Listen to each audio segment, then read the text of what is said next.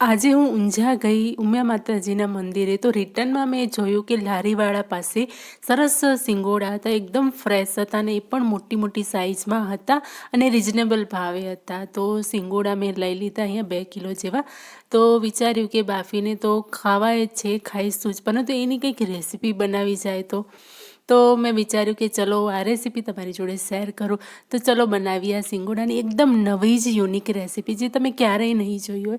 તો મેં સૌથી પહેલાં શું કર્યું કે સિંગોડાને સારા પાણીએ ધોઈ લીધા, 2-3 પાણી, અને પછી એને કુકરમાં આપણે ટ્રાન્સફર કરી દઈશું. જેટલા આપણે બનાવવા છે ને એટલે લગભગ મેં 500 ગ્રામ જેટલા સિંગોડા લીધા છે અને કુકરમાં એડ કરીને થોડું પાણી નાખીને આપણે 1 વિસલ વાગે ત્યાં સુધી આપણે એને ચડાવવાના છે, વધારે નથી વિસલ વગાડવાની. તો અહીંયા સિંગોડા બફાઈ ગયા છે અને એને મેં અડધો કલાક સુધી ઠંડો થવા દીધા છે. ઠંડા થાય પછી એના જે છિલકા છે એ કાઢી લેવાના છે. ગરમ ગરમમાં નહીં નીકળે, અને નીકળશે તો એકદમ પચકાઈ જશે, એટલા માટે. તો ઠંડા થાય પછી આપણે આવી રીતે ચપ્પુની મદદથી, છરીની મદદથી આવી રીતે ઉપર નીચે કટ કરવાનું છે. એક કટથી પણ આ ઇઝીલી નીકળી જાય છે, એકદમ તરત જ. હવા ભરાય તો પણ સિંગોડા તરત જ છાલથી વિખૂટા પડી જ જાય છે. નાના બાળકોમાં કેલ્શિયમની ખૂબ જ ઉણપ રહેતી હોય છે અને 30 પછીની ઉંમરમાં પણ કેલ્શિયમની ખૂબ જ ઉણપ રહેતી હોય છે. તો એ વખતે આ સિંગોડા આપણી હેલ્થ માટે બહુ જ ફાયદાકારક છે. એટલા માટે સિંગોડા વધારે નથી ખવાતા. તો આ રીતે આપણે કંઈક ને કંઈક રેસીપી બનાવીને આપણે આપણા રોજિંદા ખોરાકમાં એનો સામેલ કરી શકીએ છીએ. તો અહીંયા મેં લીલા ધાણા, લીલા મરચાં અને 2 શક્કરિયા લીધા છે અને એક નાનો ટુકડો મેં અહીંયા આદુનો લીધો છે. આ બધું આપણી હેલ્થ માટે ખૂબ જ ફાયદાકારક છે. તો દોસ્તો, બહુ જ આ રેસીપી છે ને બહુ જ તમને ગમશે અને તમે રોજિંદા જીવનમાં આનો તમે ઉપયોગ કરવાના છો, એ હું તમને ગેરંટી સાથે કહું છું. એટલે રેસીપીને જરા પણ સ્કીપ કર્યા વગર પૂરેપૂરી જોજો. તો અહીંયા મેં શક્કરિયાને ધોઈને અને છોલી લીધા હતા અને પછી આ ગ્રેટરથી મેં ગ્રેટ કરી લીધા છે અને આદુને પણ એને છિલકા હટાવીને આવી રીતે ગ્રેટ કરી લીધું છે. આદુના છિલકા ના હટાવો તો પણ ચાલે, બસ સારી રીતે એને ધોયેલા હોવા જોઈએ.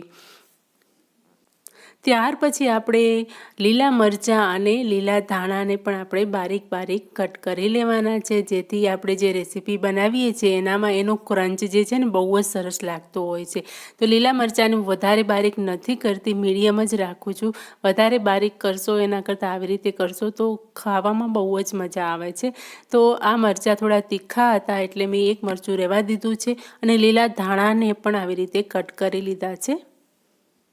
હવે તમે કહેશો કે મરચું તીખું છે, કેવી રીતે ખબર પડી? તો આપણે જ્યારે કટ કરતા હોય છે તો આપણા હાથમાં લાગતું હોય છે, તતરતું હોય છે, તો એમાં ખબર પડી જાય છે કે મરચાં મોળા છે કે તીખા છે. અને પછી આપણે અહીંયા સિંગોડાને પણ એવી જ રીતે ગ્રેટરથી આપણે ગ્રેટ કરી લેવાના છે. બધા સિંગોડાને એકદમ ઇઝીલી થઈ જાય છે અને સરસ એવા પડે છે, છીણ જેવું પડવા લાગે છે. જરા પણ હાથે પણ નહીં ચોટે અને ગ્રેટરમાં પણ નહીં ચોટે અને સરસ રીતે થઈ જાય. બસ સિંગોડાને આપણે થોડા ઠંડા થાય પછી છાલ હટાવીને આવી રીતે ગ્રેટ કરવાના છે, તો એકદમ ઇઝી રીતે થઈ જાય છે. જો તમે ગરમ ગરમ સિંગોડાને આવી રીતે કરવા જશો તો થોડું ચીકણાટ લાગશે અને પાણી જેવું લાગશે. એટલે ગરમ નહીં કરતા, ઠંડુ થાય પછી જ તમારે બધા સિંગોડાને આવી રીતે ગ્રેટ કરી લેવાના છે. તો અહીંયા બધા જ આપણા સિંગોડા ગ્રેટ થઈ ગયા છે અને આ જે માવો છે આપણે એક બીજા બાઉલમાં કાઢી લઈશું. વિડીયોને જરા પણ મિત્રો સ્કીપ ના કરતા, નહીંતર તમારી રેસીપી જે રીતે હું બનાવું છું એ રીતે નહીં બને. તો પ્લીઝ વિડીયોને પૂરેપૂરો જોજો. તો આપણે આ મિશ્રણને એક મોટા બાઉલમાં લઈ લીધું છે અને પછી આપણે લીલા ધાણા અને લીલા મરચાં જે બારીક કટ કરીને રાખેલા હતા એને પણ આ મિશ્રણની અંદર આપણે ઉમેરવાનું છે. અહીંયા આવે છે મેઇન પાર્ટ, કે અહીંયા મેં 2 ચમચી જેટલો ચોખાનો લોટ લીધો છે અને 2 ચમચી જેટલો મેં ચણાની દાળનો લોટ લીધો છે, મતલબ કે બેસનનો કરકરો લોટ લીધો છે. અડધી ચમચી કાળા મરીનો પાવડર, અડધી ચમચી જેટલું મેં અહીંયા જીરું લીધું છે અને 1 ચપટી હિંગ લીધી છે. સ્વાદ અનુસાર લાલ મરચું, હળદર, મીઠું અને ધાણા જીરુંનો પાવડર લીધો છે. આ બધી જ વસ્તુઓને આપણે સારી રીતે મિક્સ કરી લેવાની છે અને અડધી ચમચી જેટલું મેં અહીંયા ચીનીનો પાવડર, દળેલી ખાંડ ઉમેરી છે અને પછી આ બધા મિશ્રણને આપણે સારી રીતે મિક્સ કરી લેવાનું છે. આ બધી જ વસ્તુઓને સારી રીતે હાથોથી મિક્સ કરી લેવાનું છે, ચમચાથી નહીં થાય, કેમ કે ચમચાથી સારી રીતે મિક્સ કરવા જશો તો ટાઈમ વધારે લાગશે. અને અહીંયા મેં 1 ચમચી જેટલો લીંબુનો રસ એડ કર્યો છે, જેનાથી અહીંયા ખટાશ પણ જળવાઈ રહે, કેમ કે શક્કરિયા પણ મીઠા હોય અને સિંગોડા પણ થોડા મીઠા હોય છે, ગળપણ હોય છે એટલા માટે. અને મરચું આનામાં થોડું ચડિયાતું નાખશો તો ખાવાની મજા આવશે. અને પછી આવી રીતે જોઈ લેવાનું કે એના આવી રીતે બોલ વળે છે કે નહીં. તો આપણું આ એકદમ સરસ બેટર થઈને તૈયાર થઈ ગયું છે. તો હવે આપણે આવી રીતે એની ગોળ ગોળ ટીકી બનાવી લેવાની છે. તમે જે ઈચ્છો એ પ્રમાણે શેપ તમે આપી શકો, પરંતુ જો ટીકી બનાવશો તો એ જલ્દીથી ચડી જશે. ફક્ત આ 15 મિનિટની અંદર બનવાવાળી રેસીપી છે મિત્રો, બહુ જ ટેસ્ટી અને ટાઈમ બચે, ગેસ બચે એવી આ રેસીપી છે. તો આવી રીતે મેં ટીકી બનાવી લીધી છે. બધી જ આપણે વારાફરતી ગોળ ગોળ બનાવતા જઈશું, હાથમાં જરા પણ ચીપકતું પણ નથી.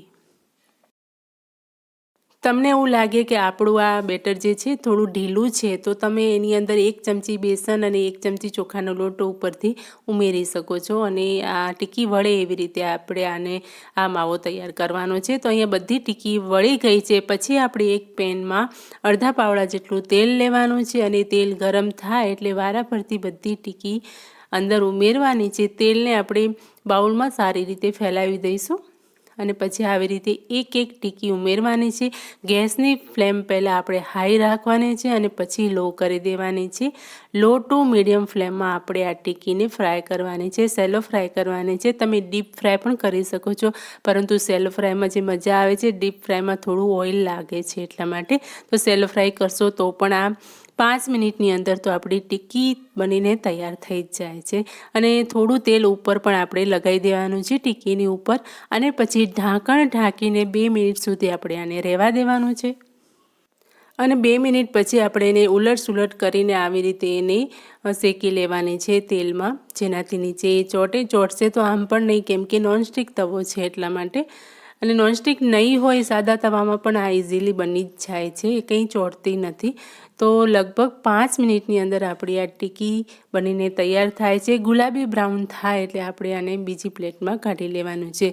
અને આવી જ રીતે બધી જ ટીકીને આપણે વારાફરતી શેકી લેવાની છે, ફ્રાય કરી લેવાની છે. તો અહીંયા આ ટીકી બનીને તૈયાર થઈ ગઈ છે, તો આપણે એને કાઢી લઈશું. આવી જ રીતે આપણે બીજી ટીકીને પણ શેકી લેવાની છે. અને દોસ્તો, આ નાસ્તો જે સવારના નાસ્તામાં કે સાંજની નાની મોટી ભૂખમાં બહુ જ મજા આવે છે ખાવાની. ખજૂર આમલીની ચટણી સાથે, ચાય સાથે, કે પછી તમે લીલી ચટણી સાથે, લસણની ચટણી સાથે આ ખાવાની ખૂબ જ મજા આવે છે. દોસ્તો, એક વખત જરૂરથી ટ્રાય કરજો.